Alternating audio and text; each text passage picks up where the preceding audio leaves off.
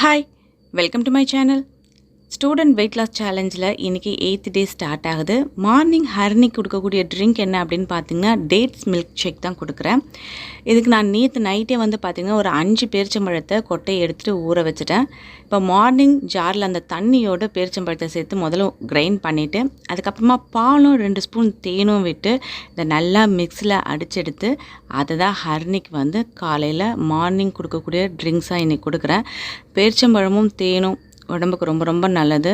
அதை பாலோடு கலந்து தரும்பொழுது ரொம்ப நல்லாயிருக்கும். பசங்களும் விரும்பி சாப்பிடுவாங்க. வீக்லி ஒன்ஸ் இது கொடுக்கலாம். மார்னிங் டிஃபன் வந்து பார்த்திங்கன்னா இவங்களுக்கு வந்து வாழைப்பூவில் வந்து குழிப்பணியாரம் செஞ்சு தரலாம் அப்படின்னு சொல்லிட்டு வாழைப்பூவை முதல்ல க்ளீன் பண்ணிவிட்டு அதை குட்டி குட்டியாக கட் பண்ணிக்கிட்டேன். நார்மலாக நம்ம குழிப்பணியாரம் வந்து நம்ம இட்லி தோசை மாவுலேயே ஊற்றுவோம். பசங்களுக்கு இது மாதிரி ஹெல்த்தியாக செஞ்சு தரும்பொழுது இது மாதிரி வாழைப்பூ, கேரட், பச்சை மிளகா, வெங்காயம் இதெல்லாம் சேர்த்து நம்ம மாவில் கலந்து குழிப்பணியாரமாக ஊற்றி கொடுத்தோன்னா அதுவும் நல்லா டேஸ்ட்டாக இருக்கும். ஏன்னா வாழைப்பூ பொரியல் சாப்பிடும்போது சிறுங்கசப்பாக இருக்கும். அதை பசங்க விரும்பி சாப்பிடுவாங்களான்னு நமக்கு தெரியாது இல்லையா. இது மாதிரி நம்ம ஹெல்த்தியாக செஞ்சு கொடுத்தோம் அப்படின்னா பசங்களுக்கும் உடம்புக்கு ரொம்ப நல்லது. அது மட்டும் இல்லாமல் வாழைப்பூ அப்படின்றது பெண்களுக்கு ரொம்ப ரொம்ப முக்கியமான ஒரு விஷயம். வாழைப்பூவில் வந்து பார்த்திங்கன்னா மாதவிடாய் பிரச்சனைகள் இருக்கக்கூடியவங்க எல்லாம் வந்து வாழைப்பூ பெரியவங்க முதல் சின்னவங்க வரைக்கும் தாராளமாக சாப்பிடலாம். முக்கியமாக கர்ப்பப்பை பிரச்சனை வராமல் இருக்கிறதுக்கு நமக்கு உதவியாக இருக்குது.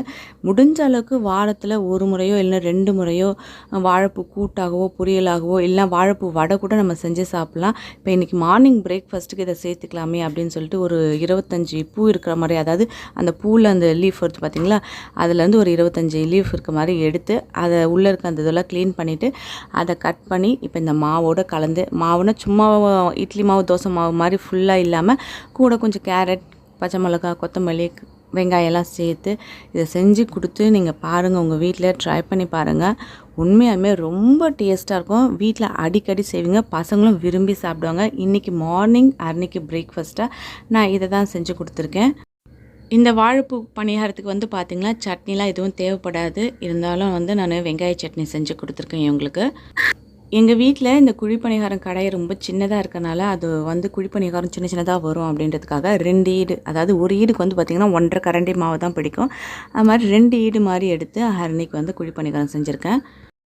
11 மணிக்கு எதுவும் வேண்டாமா, எனக்கு பசிக்கல அப்படின்னு சொல்லிட்டாங்க. அதனால் மத்தியானம் லஞ்சுக்கு வந்து பார்த்திங்கன்னா 1 கப் ரைஸ், அந்த ரைஸோட கப் அளவு உங்களுக்கு தெரியும். இந்த கப்பில் 1 கப் ரைஸும் மதியம் ஊற்றி சாப்பிட்றதுக்கு வந்து பார்த்திங்கன்னா கத்திரிக்காய், முருங்கைக்காய் காரக்குழம்பு வச்சேன். ஆனால் அதை ஹர்னிக்கு தரலை. ஏன்னா இன்றைக்கி வாழைத்தண்டு கூட்டு பண்ணேன். வாழைத்தண்டு கூட்டு அப்படின்றது உடம்புக்கு ரொம்ப ரொம்ப நல்லது.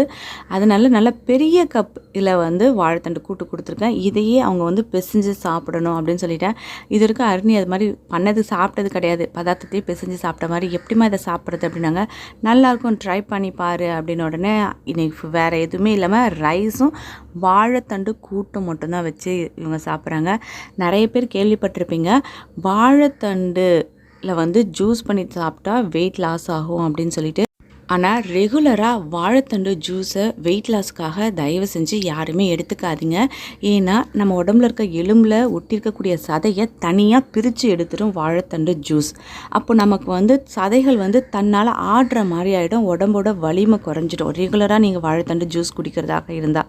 ஆனால் வாழைத்தண்டு வாரத்தில் 2 முறையாவது கூட்டாகவோ பொரியலாகவோ எடுத்துக்கலாம். ஆனால் அந்த ஜூஸை மட்டும் நிறைய பேர் வந்து பார்த்திங்கன்னா மார்னிங்கில் வந்து வெயிட் லாஸ்க்காக குடிப்பாங்க. அது மாதிரி தயவு செஞ்சு குடிக்காதீங்க. அது மாதிரி குடித்தவங்களோட கிட்ட கேட்டு பார்த்தீங்கன்னா அவங்க வந்து அதோட பின்விளைவுகள் என்னவா இருந்திருக்கும் அப்படின்றத கண்டிப்பாக சொல்லுவாங்க. அதனால் வெயிட் லாஸ் அப்படி நீங்கள் பண்ண போகிறதாக இருந்தால் வாழைத்தண்டு ஜூஸ் எப்பவுமே எடுத்துக்காதீங்க. வாழைத்தண்டு பொரியலாகவோ கூட்டாகவோ செஞ்சு வாரத்தில் 2 முறை எடுத்துக்கிறது ரொம்ப நல்லது. கர்ப்பப்பைக்கு ரொம்ப ரொம்ப நல்லது. மாதவிடாய் காலங்களில் இது சாப்பிட்டீங்க அப்படின்னா வயிற்றில் இருக்கக்கூடிய கெட்ட அழுக்குகள்லாம் வந்து உங்களுக்கு வெளியே வந்துடும்.